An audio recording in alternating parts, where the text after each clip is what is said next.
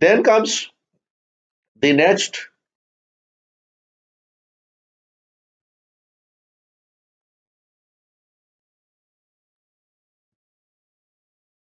and that is principles of criminal investigation.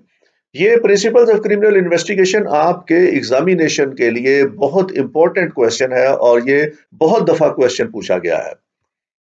और इसमें सबसे पहला प्रिंसिपल क्या है इन्वेस्टिगेशन का? Proportionality in investigation of different type of crimes. Proportionality means कि क्राइम की शिद्दत और नौयत के हिसाब से उसको फौकियत दी जानी चाहिए।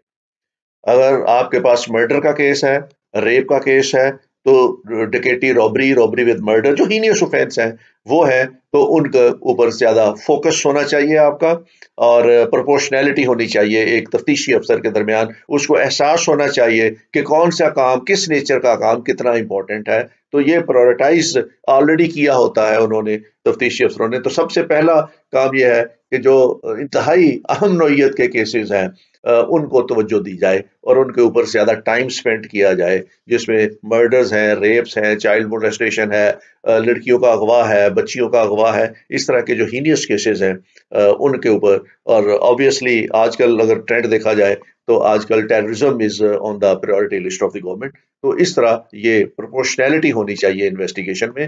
ही should not spend time on petty offences, जो छोटे छोटे ऑफेंसेस होते हैं उनके ऊपर टाइम जाया नहीं करना चाहिए, और more focus should be given to the heinous, जहां पे पब्लिक एट लार्ज जहां पे इन्फ्लुएंस हो रही है, ऐसे केसेस जिनसे कौम में या पब्लिक में खौफ व हरास फैल रहा है, उन केसेस को ज्यादा तवज्जो और ज्यादा प्रोपोर्शनैलिटी के साथ टाइम दे के उनको सॉल्व करना चाहिए, ताकि लोगों में एक एहसास तहफ़्फ़ुज़ का जाए। तो इसका सबसे पहला principle is the proportionality. The second is transparency. Transparency means कि कोई भी काम इन्वेस्टिगेशन का जो हो वो ट्रांसपेरेंट हो।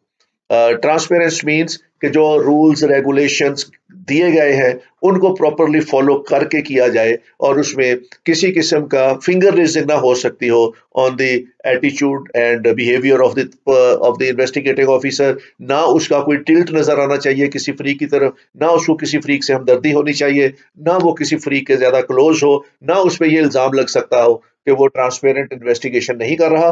He should move by the circumstances, by the evidence. तो ये ट्रांसपेरेंसी है, और ट्रांसपेरेंसी मींस कि तमाम इन्वेस्टिगेशन पूरी दयानतदारी के साथ, शफाफियत के साथ हो, और जो जो एविडेंस सामने आ रहा हो इन्वेस्टिगेशन ऑफिसर ऑनेस्टी के साथ उस एविडेंस को एनालाइज करे, और उसमें से जो मेरिट के ऊपर चीजें आने वाली हैं, आ रही हैं, उनके मुताबिक केस को आगे लेके चले। तो दिस इज द ट्रांसपेरेंसी। तो investigation, criminal investigation should be transparent, and investigator should not कि वो किसी को फेवर कर रहा हो या किसी के अगेंस्ट हो। He should go by the merit of the case. ये है transparency. And then is accuracy. Accuracy means कि वो एक तो एविडेंस कलेक्ट करने में एक्यूरेट हो, एविडेंस की कलेक्शन के दौरान किसी किस्म का कोई एविडेंस टेम्पर ना हो रहा हो, कोई एविडेंस ऐसा मिस ना हो जाए, उससे कोई एविडेंस ऐसा इग्नोर ना हो जाए, और हर एविडेंस को उसके मेरिट के हिसाब से वो डील करे, रूल्स और रेगुलेशन को फॉलो करते हुए उसी तरीके से वो उनके पार्सल बनाए, और उसी तरीके से उनको वो डिस्पैच करे, और उसी तरीके से लेबोरेटरीज में उनका टेस्ट ले और रिपोर्टें हासिल करे। और ये एक्यूरेसी एक तो उसके एविडेंस के हिसाब से होनी चाहिए कि एविडेंस को जिस तरीके से कलेक्ट होना है उसी तरीके से हो रहा हो, और दूसरा उसमें टाइम के हिसाब से भी एक्यूरेसी होनी चाहिए कि अगर कोई एविडेंस ऐसा है जो टाइम बाउंड है तो उसको उस टाइम के अंदर रह के उसने करना है। अगर ब्लड है किसी का और उसने ब्लड टेस्ट करवाना है तो उसको उसी वक्त लेबोरेटरी भेज देना चाहिए। तो अगर वो अपने पास रखेगा, अनड्यू डिले करेगा, तो उसके रिजल्ट जो है वो एक्यूरेट नहीं आएंगे। अगर रेप का केस है तो उसमें विक्टिम को उसने मेडिकल एग्जामिनेशन कराना है तो उसी वक्त हो जाना चाहिए। अगर उसको अगले दिन पे टाल दे तो उससे रिजल्ट्स जो हैं वो एक्यूरेट नहीं रहेंगे। तो एक्यूरेसी मींस कि अंडर द लॉ जो काम उसने जिस प्रोसीजर के तहत करना है, जिस टाइम फ्रेम के अंदर करना है, he should do it according to the provision of the law. Then is confidentiality and the secrecy. Police investigation में confidentiality plays a very important role. मैंने बहुत से केसेस ऐसे देखे हैं जहां पे एक्यूज जो है वो उसी क्राइम सीन के इर्द गिर्द फिर रहा होता है और मौजूद होता है, और वो तमाम पुलिस की कार्रवाई देख रहा होता है। और अगर पुलिस अपनी चीजों को कॉन्फिडेंशियल ना रखे